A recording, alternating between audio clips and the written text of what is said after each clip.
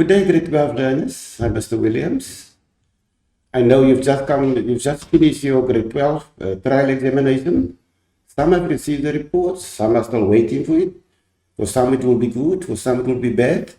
But I also know that it's the first time since 2019, grade 10, November, that you are exposed to a trial examination, which includes a paper 1 and 2. It's a long time. So I understand that COVID-19 affect you negatively. I'm here to talk about economics in detail, paper 1 and paper 2. Let me just quickly focus on paper 1. You will see that paper 1, economics, is 2 hours, 150 marks, and it has two main topics, which includes macroeconomics and economic pursuits. Macroeconomics is divided into 4 different sections, which include circular flow, business cycle, public sector, foreign exchange, markets. I know you are familiar with these topics. Then the second part of that one is economic pursuits, which includes protectionism, free trade, growth and development, industrial development policies, economic and social performance indicators. For you to master paper 1, you have to know by yourself in which of the 2 topics you are comfortable with. I know which one I will choose, but unfortunately, this is not a platform for me to choose for you.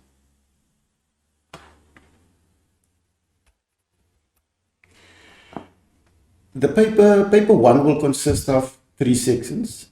Section A, which is compulsory multiple choice questions. It has 3 parts. The first part is where 1.1, where they give you various options. Various options are provided as possible answers to the questions. Unfortunately, I cannot go through all of them, but I give you just a little glimpse of how the first question in section A will look. 1.1, if you look at it, you will see the question is, the peak of a business cycle is characterized by what? Then they give you 4 answers. So you have to decide to eliminate which ones are not the correct one. But in order to give the correct answer, you must understand what is a peak of a business cycle. And I know you know that. I read the question again. The peak of a business cycle is characterized by A. By A, let's look at A. High demand for credit. B, stable inflation rate. C, high unemployment rate. And D, low output. Let me come back to the meaning of the word peak. Peak means it's the highest point in the business cycle. Now, at the highest point in the business cycle, normally you find that the economy is doing very, very well. And when the economy is doing very well, what will you find there? Will it be high demand for credit? In other words, will many people make loans at banks? B, will the inflation rate be stable? C, high unemployment? And D, low output? If we understand the meaning of the word peak, it means at the peak, the economy is doing very well, so we can eliminate D. If the economy is doing very well, there cannot be low output, so that one is out. If we look at C, if the economy is doing very well, you will agree with me, there can't be high unemployment. So we eliminate D and C. At the peak, you will see stable inflation rates. Okay, we can also eliminate that one. At A, high demand for credit. That is your correct answer. Because at the peak of the business cycle, the economy is doing very well, which means many more people have jobs, many more people have income, so many people, the demand for credit will increase.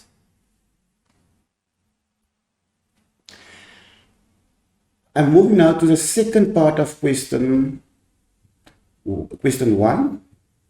And in this section, they will give you two columns. You will have a column A and column B.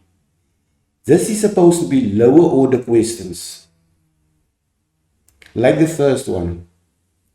So you have to match the description in B with the concept in A.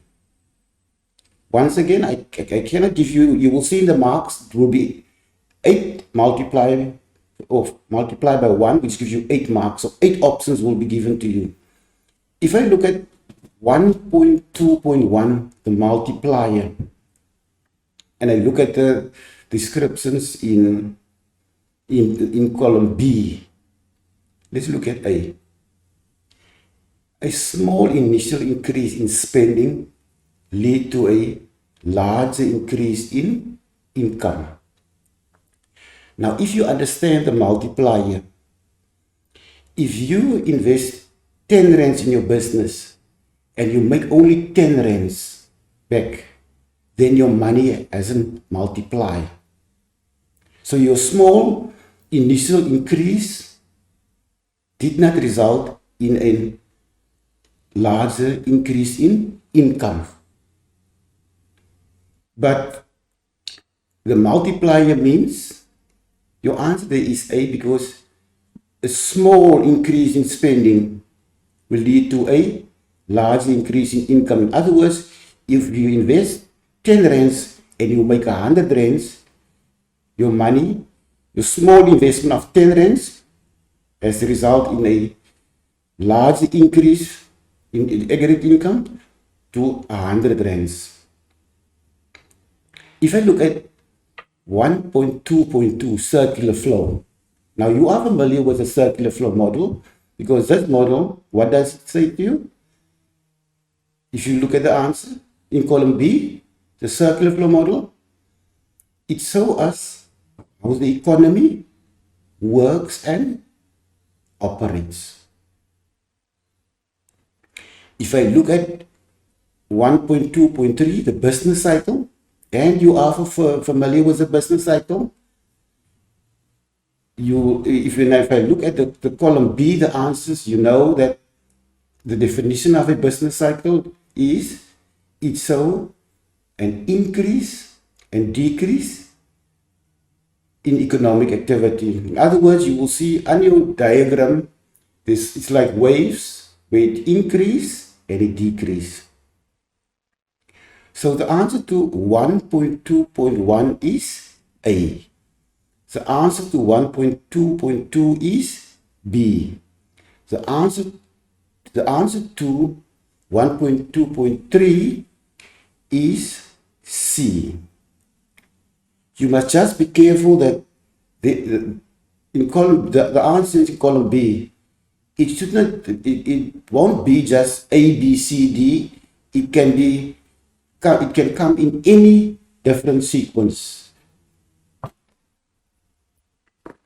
Then I move to 1.3, and this is normally a very difficult question. In my experience, I find that many learners struggle with this one. If I look at 1.3.1, here they give you one term and you must give one word. 1.3.1. The total value of goods and services produced within the borders of a country in a given period.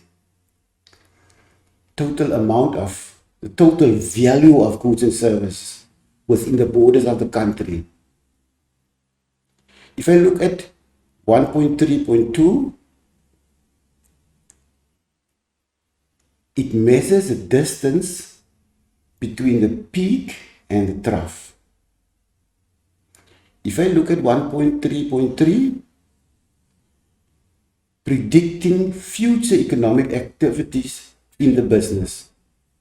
Now, in order to answer this question, you need to know or understand all the concepts. I know your teacher have given you a list or diagram of all the concepts. Let's go back to 1.3.1.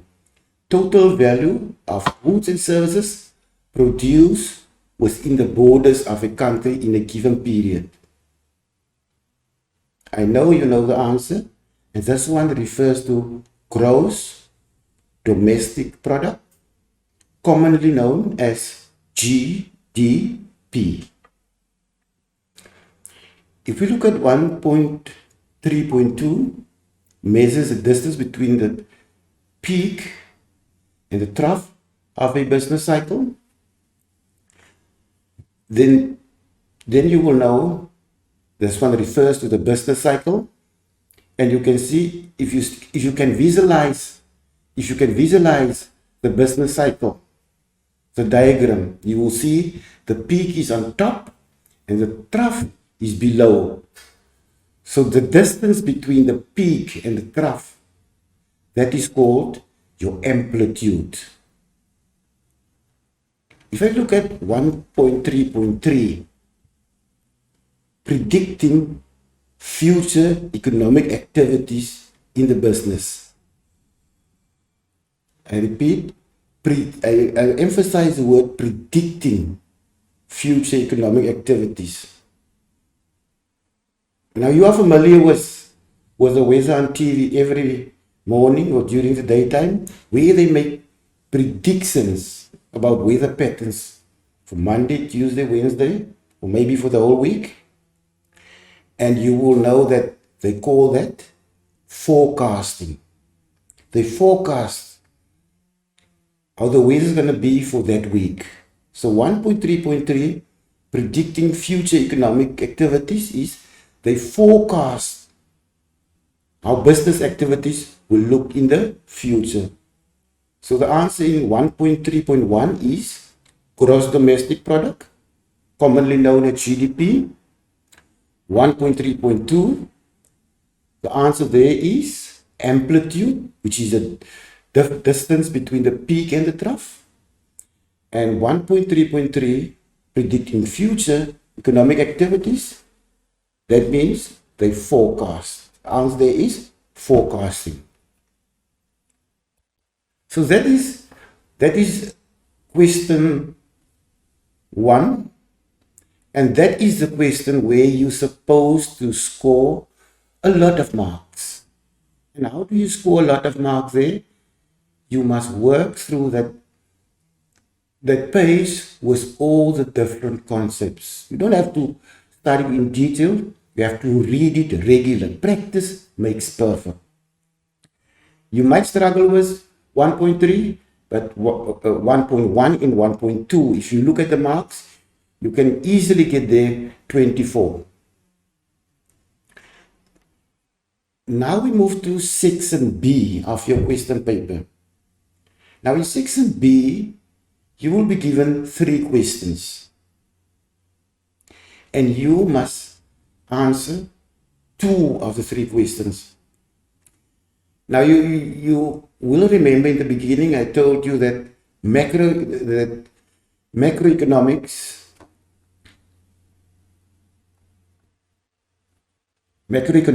consists of business cycle, circular flow, business cycle, public sector, and foreign exchange. That is macroeconomics. The second, the question 3, which is not on your thingy, will cover economic growth and development. And the question 4 will be a combination of question 2 and question 3. Remember I said you must only select 2 questions. So you must know in which of the 2 you are very comfortable with. In my opinion, question 2 is much easier than question 3. And question 2 will also be, part of question 2 will also be repeat in question 4. Let's have a look at question 2 quickly, where it is relatively easy for you to score marks.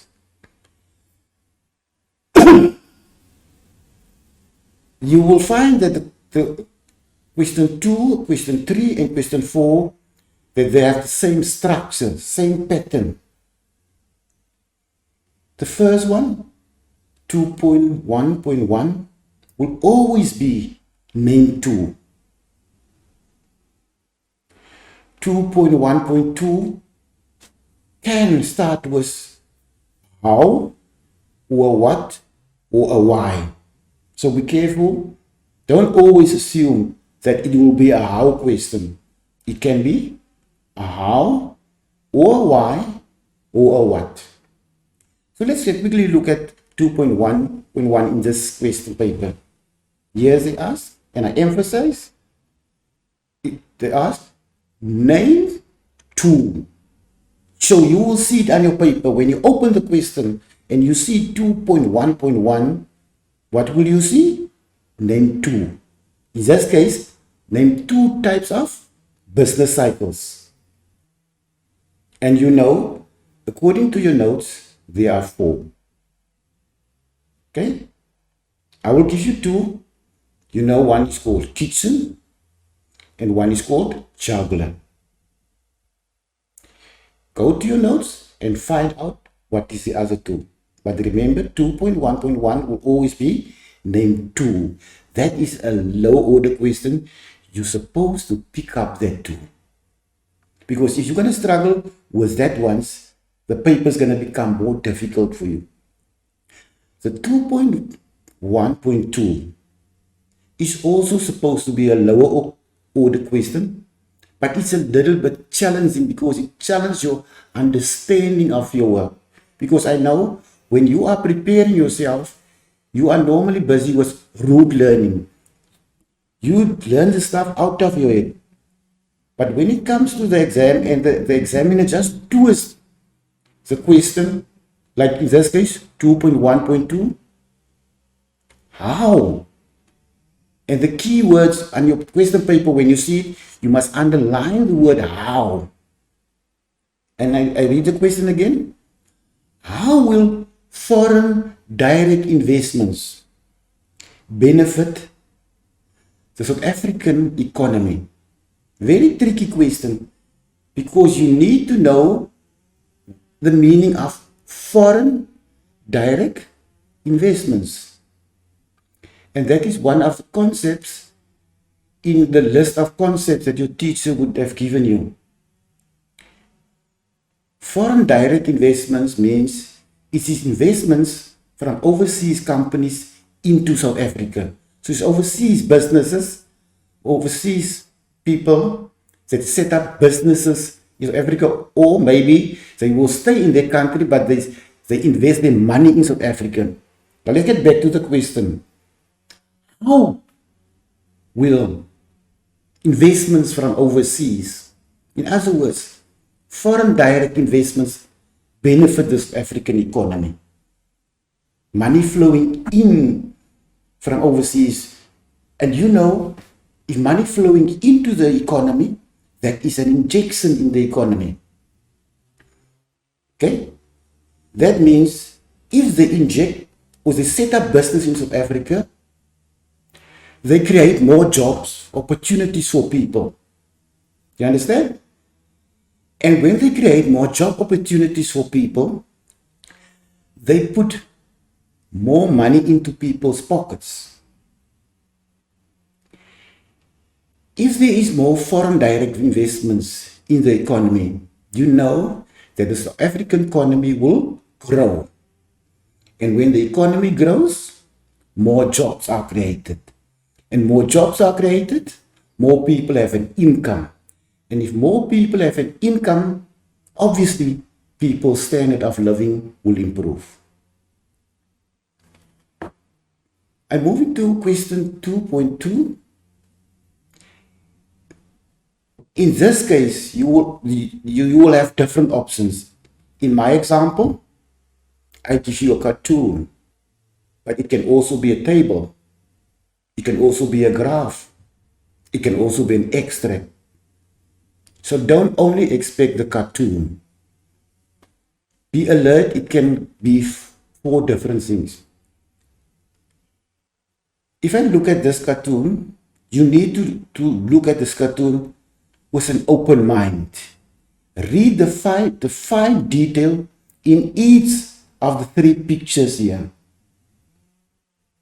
If I look at the first one, no increase in income tax or VAT. No increase in income tax or VAT. What does it mean?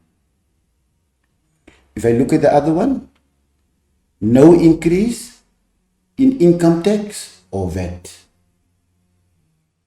If I look at the next one, you will see fuel levies, some taxes.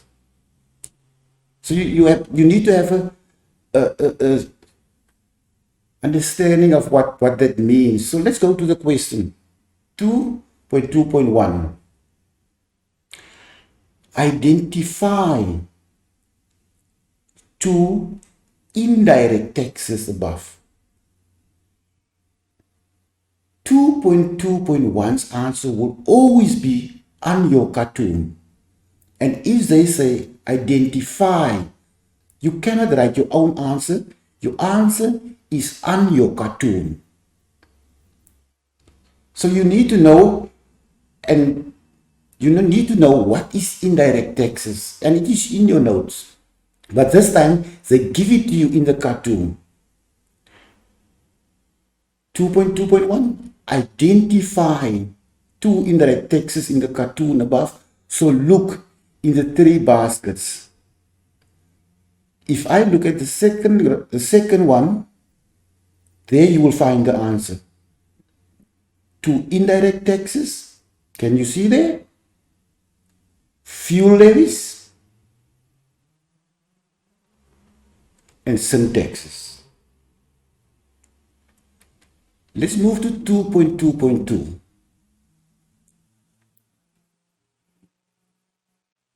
Name the fiscal instrument represented by the scale in the cartoon above. Now you know the fiscal instruments that the government use can only be one of 2. It can be government, it can be increased government spending, or it can be taxes. The answer to 2.2 you will also find in your cartoon.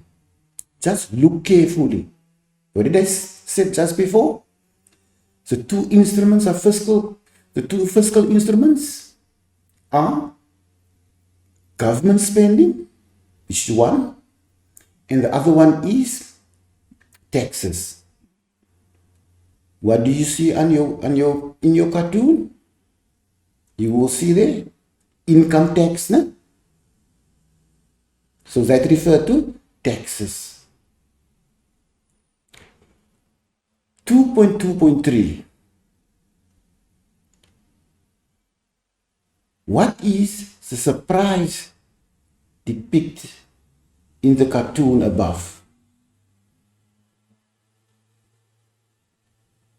Once again, look at your cartoon. Your answer is there because they ask you, what is the surprise? If you look at the second picture, you will see that there is an increase in fuel levies and some taxes. And that is the surprise, because it is more heavier than increase in taxes. If we look at 2.2.4, and this question gives you freedom to write your own answer because they ask, in your opinion. So your opinion counts here. Yes, you got your answer in the book, but your view is very much important. In your opinion, why did the Minister of Finance decide to keep income tax and VAT at the same level? Why? In your opinion, not in my opinion. So I read the question again. In your opinion, why did the Minister of Finance decide to keep income tax and VAT at the same level? Now let's analyze it quickly. Who is affected by income tax? And who is affected by VAT? You know that the people who are affected by income tax and VAT are the consumers. So in your opinion, why did the Minister of Finance decide to keep income tax and VAT at the same level? Because if income tax increase, people have less money. If VAT increase, people have less money. That means they can spend less. And if they spend less, that means demand for goods and services decrease. In other words, that means production decrease.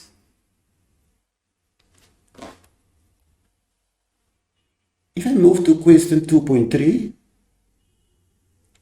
study the table below and answer the questions that follows. Now the previous one was a cartoon. Here they give you a table with figures. Have a good look at it. We have done this one.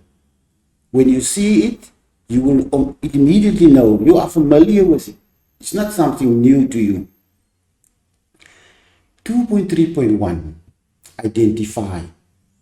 I've told you in the previous example, if they say identify, the answer will be in your table. Look for it. Don't write your own answer. I read the question. Identify the factor of production in the table that receive the biggest portion of national income. Now you know there are only 4 factors of production, which is natural resources, labor, capital, and entrepreneurship. Now in your table, they don't show you natural resources, labor, capital. You have to read through them to identify, to link which one is natural resources, which one is labor, which one is capital. 2.3.1, identify the factor of production that receives the biggest portion. Your answer there, look at the first column. Compensation of employees. That one referred to labor. And why? How do we know it receives the biggest portion? We look at the column to our right, where we look at the amounts, and you can see you can see the amount 2,051,326, which is the highest number. That one, labor, that one receives the biggest portion of national income. 2.3.2, which method was used to calculate these figures? Now that answer is not given here to you. You can't see it on the graph, but you know there are only 3 ways to calculate gross domestic product, in other words GDP, and the 3 methods is income method, production method, and expenditure method. Okay, in this case, this method is called the income method. Why? If I want to know is the income method, you only look for the word compensation of employees. If you see compensation of employees, then you know it is income method. 2.3.3, that question will always be there. Look at the pattern. The first one was 1, the second one was 1, the third one will always be 2.3.3. It will always start with briefly describe the term basic price. Now, if I look at basic price, you get basic price and you get market price. Basic price refer to the cost to produce the article. You got it? While market price refer to the price at which business are selling the product, which include their profits. I repeat, 2.3.3 briefly describe the term basic price. Basic price refer to the cost to produce the article. 2.3.4 briefly explain how subsidies can influence production. Once again, in order to answer this question, you need to understand the concept subsidies. What is subsidies? Subsidies is money given by the government to help businesses. What is subsidies again? Subsidies is money given by the government to help businesses. I'm getting back to the question. 2.3.4 briefly explain how. Now I'm not going to use subsidies. Briefly explain how money given by the government to businesses can influence production. If government gives money to businesses, in other words, subsidies, it reduces their production costs. And when the production cost is reduced, they have more money to expand their production. They can produce more. They can also produce goods at a lower price. 2.3.5. This is a calculation. I read, calculate the gross domestic product at market price, A. Can you see A? So we have to calculate that one. So how do we calculate that one? We start with gross value added at basic price. Can you see the amount there? 3871,214. Then you will see the next column, taxes on products. Taxes on products must always be added. It's a plus. So you take 3871,214 plus 484,059. Then you will see subsidies on products. Subsidies must always be subtracted or minus. And you minus, or let me start again. Now we have gross value added at basic price, 3871,214 plus taxes, 484,059 minus subsidies, 16415, and you will get your answer.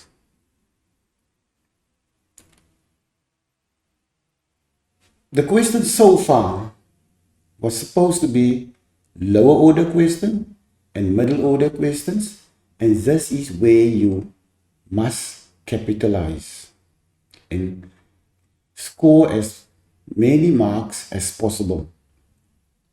But to come back is you need to know your concepts, because they always use the words why, which, how, what. If you are a root learner, that words why, how, what becomes difficult. Because what you have studied in your book and how they present the question is not always the same. 2.4 and 2.5, this is your typical high order questions. In my experience, most learners cannot answer that two questions. And if you are not able to answer that two questions, you can see you immediately lose 8 marks, 8 plus 8 marks. So you lose 16 marks. Can you see at the bottom there's a 40? So if you take that 40 and you lose 2.4 and 2.5, which is 16 marks, it means 40 minus 16 gives you 24. So now you have only 24 marks, which makes it already difficult for you. Now, if I look at 2.4, remember in 2.4, they will always give you 2 parts to answer. It doesn't change. Let me read the question. Briefly discuss pricing policy and parastatals as problems of the public sector provisioning. The two important concepts here is pricing policy and parastatals. I would suggest if you answer this question, you do it in table form. On the one side, you have pricing policy, and on the other side, you have parastatals. Now, both are problems of the public sector. Let me start by pricing policy. Pricing policy means that government have different pricing policies for different people. Some people receive free electricity units. Some people are excluded from paying for certain services. That is your pricing policy. It is 8 marks, so under pricing policy, you only need to give two short explanations. If we look at parastatals, you need to know what is a parastatal. Parastatals is state-owned enterprises. It is businesses established by the state, for example, Eskom. Now, why are parastatals a problem? Because they don't make profits, number one, and government must give them regular bailouts, which place a lot of pressure on the fiscus of the country. Can you see? 2.4 is very challenging. It's not easy, but the best way for you to do it is in table form. But my advice to you is, if you struggle with it, do not leave the question open.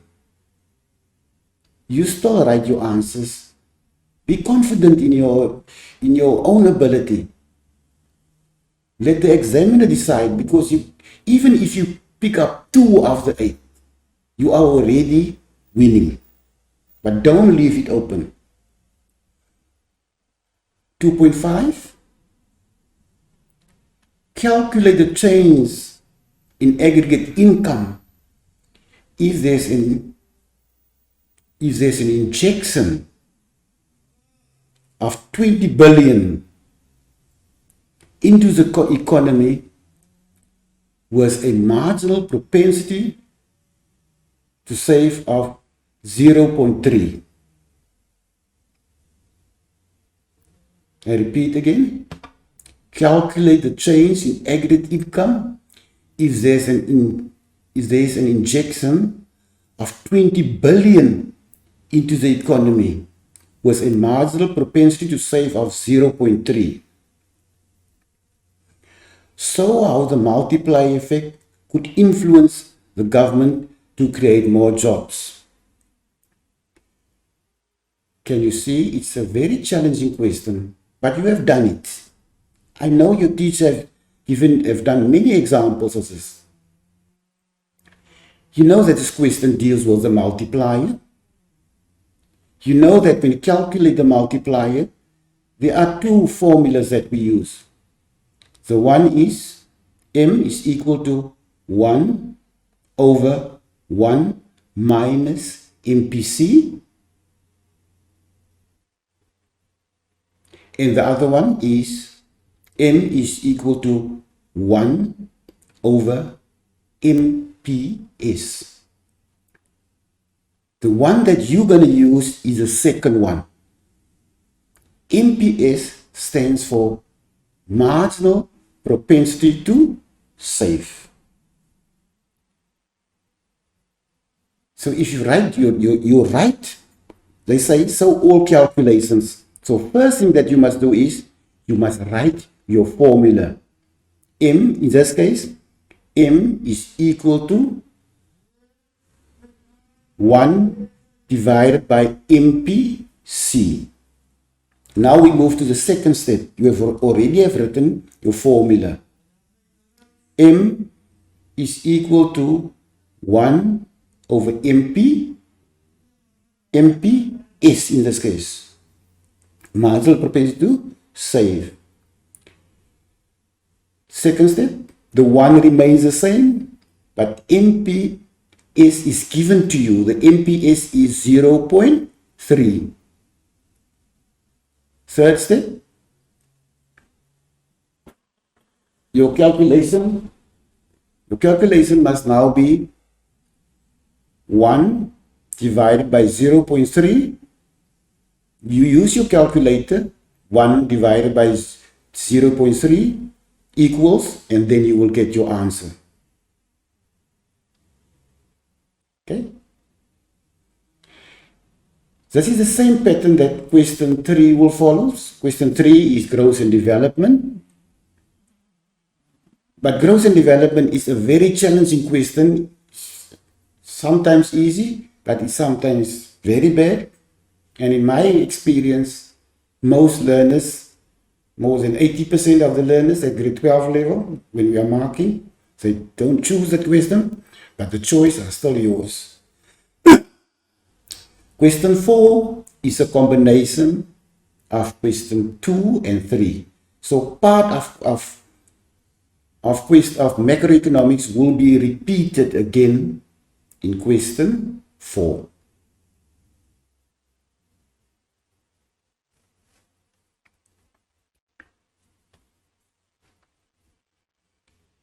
We're moving to section C. And this is one of the fundamental questions that you need to prepare very well for. The brain works with positive and negative energies. This is the key to your pass. If you open your question paper, normally you go to the back of your question paper and you look for section C. If you look at my examples here, there are 6 possible essays. And you have to study all 6 of them. In fact, by now, you're supposed to know all of them, but you still have time. This is the only part where we basically know the essay questions because it is given to us by the department. All learners in the country knows the 6 questions. The only thing that you don't know is you don't know which of the 6, which one will appear. So you have to prepare all of them. And if the question that you have prepared, if they ask one question and you think the others will be asked, say for instance they ask question 1, And now you think about 2, 3, 4, 5, 6. Those questions can appear in section A and in section B. You cannot spot any questions here. You have to study all of them. And like I said, I think you have practiced them throughout the year. You cannot, I repeat, you cannot spot any questions there. How do you approach the essay questions? This is set structure. It's actually easy to score marks here. If I look at the first question, discuss in detail the reasons and effects of international trade. You will see that the question has two parts. Discuss in detail the reasons for international trade. That's your first part, that's your main part. Then you have the effects of international trade. So how do we go about this question? How do we score easy marks here? How do we play it simple here?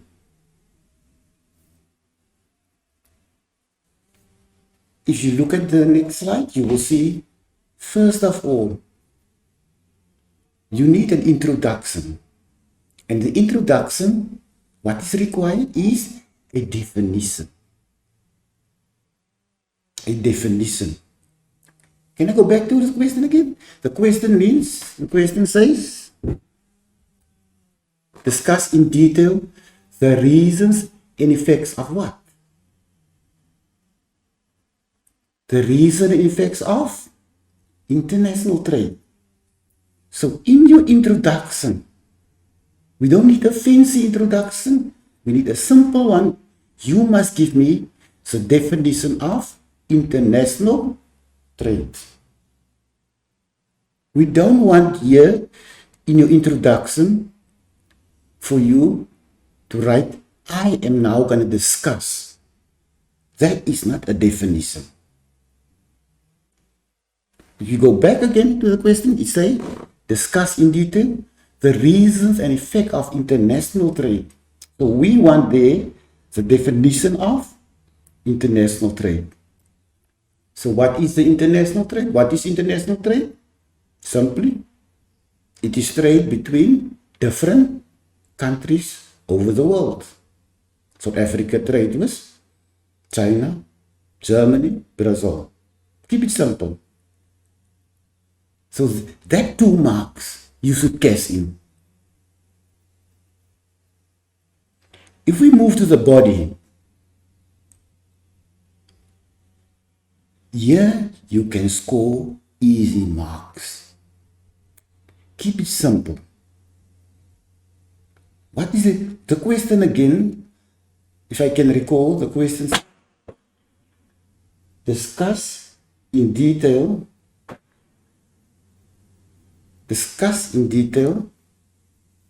the reasons and effects for international trade. Now into the body. What we want is, first, you will write for us all your headings. So when you into the body, write for me all the headings. So let me get back to the question. The question says reasons for discuss in detail the reasons for international trade. It's the main part, and then the effects. Let me start with the first part. The reasons. So you write reasons for international trade. Now be careful with this question. The reasons have 2 parts. You have demand reasons and you have supply reasons. So you will have one section only about demand reasons and one section only about supply reasons. Let's start with demand reasons. If you look at the demand reasons, you will see, and if you look at your notebook, I don't have it in front of me. If you look at your notebook, there is 5 demand reasons. So you will have 5 headings. Let me give you the 5 headings from my head. What is the 5 demand reasons for international trade? We know international trade is trade between countries. The first demand reason, if you can write it down, is the size of your population. The second demand reason is income levels. The third demand reason for international trade is wealth. The fourth demand reason for international trade is preference and taste. And the last one, number 5, is consumption patterns. What was that? So die video's is 30 minute. So kan weer met 'n bietjie is hoeveel is dit van Klaar is die video. Is amper klaar. Okay. Okay. Ons sal miskien moet kyk op die sny. Ja, dis kan nie. Julle kan maar net so baie wil. Die groening is net vir die volgende week wat kom vandag met 30 minute later word. Okay, ek sal dan probeer. Okay, cool. So die volgende is dit net 'n fast video. Okay. Jy moet mos net Okay, volgende ene gaan baie geword, maar dit is 'n maklike vraag. Okay. Okay?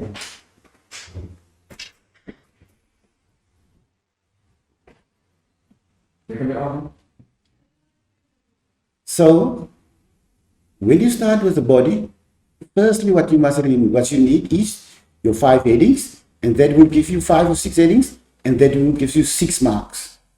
First write the 6 headings, and then what you do, under each heading, you write only 2 sentences. If you forget, 1 sentence will also do. But you must only write your first headings, and then first your headings, and then 1 or 2 sentences under each one. That will give you enough marks. Then you will have an additional part, and in your additional part, you will see that the question will always be, in your opinion. It's an open-ended question. You read the question, and you write your opinion. According to topic, anything that makes economic sense, you can write from your notebook. But if you don't know from your notebook, you can write the answer as you interpret it, as you see it, as long as it makes economic sense. And then in conclusion, any relevant conclusion. Okay? So in my opinion, if you look at this one about international trade, I will say it is critically important for government to manage international trade because it can help with economic growth and development. It's true, the thing about creativity is that sometimes like you're too direct with it, you almost kind of clamp up, and that kind of when you step away and you give yourself some perspective, you're definitely able to give yourself more room to kind of let it flow. Having a career in filmmaking is very difficult for any person. It's particularly difficult for women and particularly difficult for women of color. My message would be for people to know that you don't have to get it all right now. It's okay if your life isn't perfect right now and you're struggling now and you're having to take other jobs to make it work. We're playing a very long game, and a healthy career takes time to build. You don't have to peak in your 20s, and if you only make your best work in your 40s and 50s, you still will have made your best work. Things that seemed like they were mistakes at the time or detours at the time really were just part of the journey and helped me better understand what I do now.